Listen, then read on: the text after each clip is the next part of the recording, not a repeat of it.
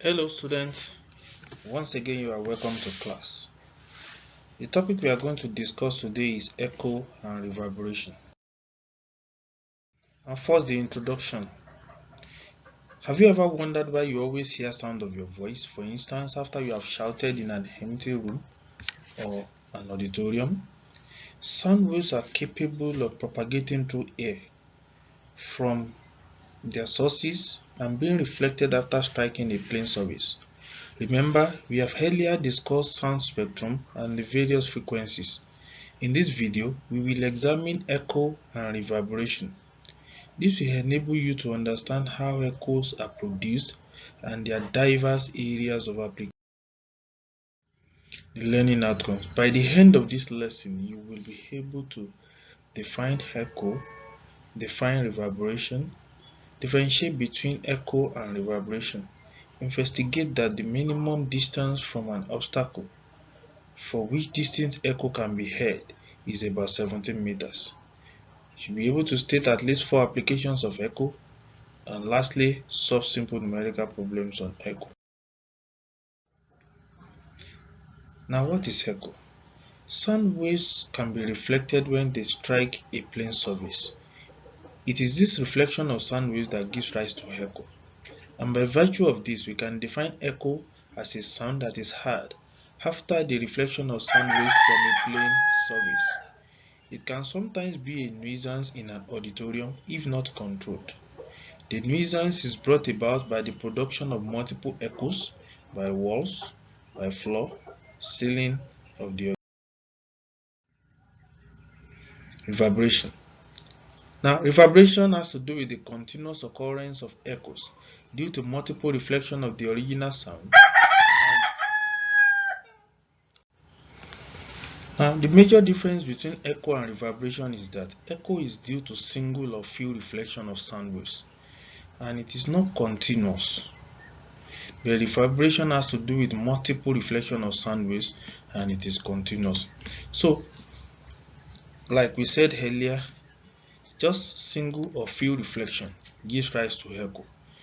But reverberation has to do with multiple reflection. That is, the sound will be reflected several times.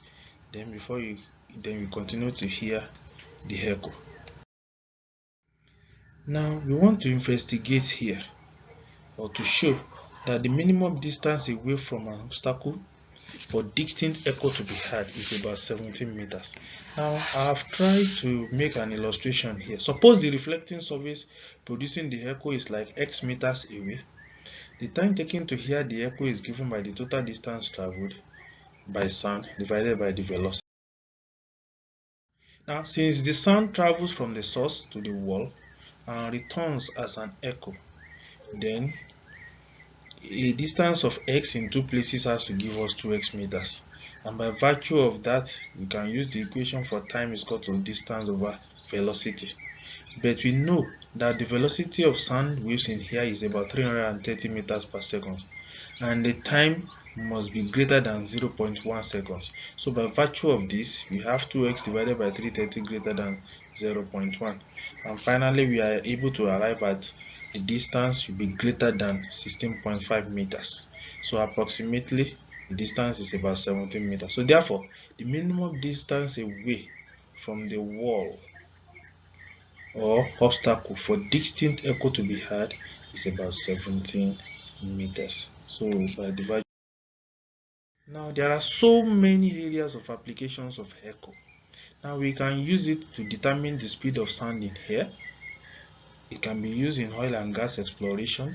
We can use it to determine the depth of a submarine. We can use it in echo method of ultrasonic waves for imaging human organs such as the liver, the gallbladder, the uterus in the medical field. Now, echoes can also be used in sound navigation and ranging, the one we call sonar. Likewise, we can apply it in radar, that is the radio detection and ranging. Now, some fishes like dolphins, bats, and fishermen, they detect their enemy, an obstacle, by emitting ultrasonic waves and hearing their echo. Now, when you look at the figure in front of me here, you can see a bird that is a bat, not a bird. So you can see a bat that is producing sound and the echo is coming out trying to locate an insect which is a source of food. Likewise, you can see a big fish in form of shark producing a sound wave to locate small fishes that it's going to consume, and you can see those fishes to the reflection of sound which in form of echo are also coming to the big fish.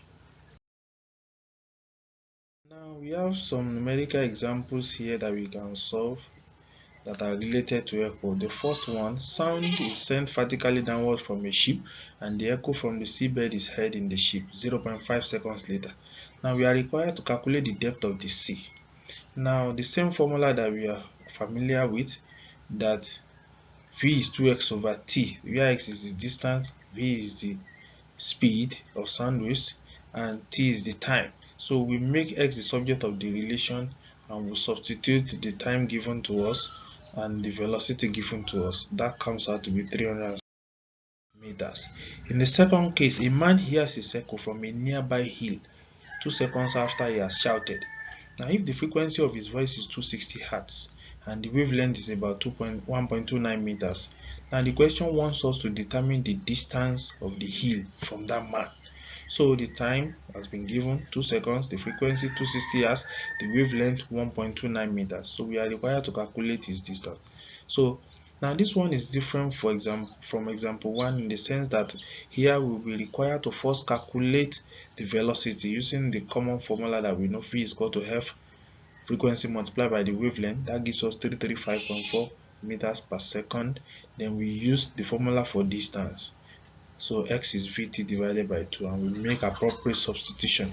That comes out to be 335.4. I sincerely thank you for listening.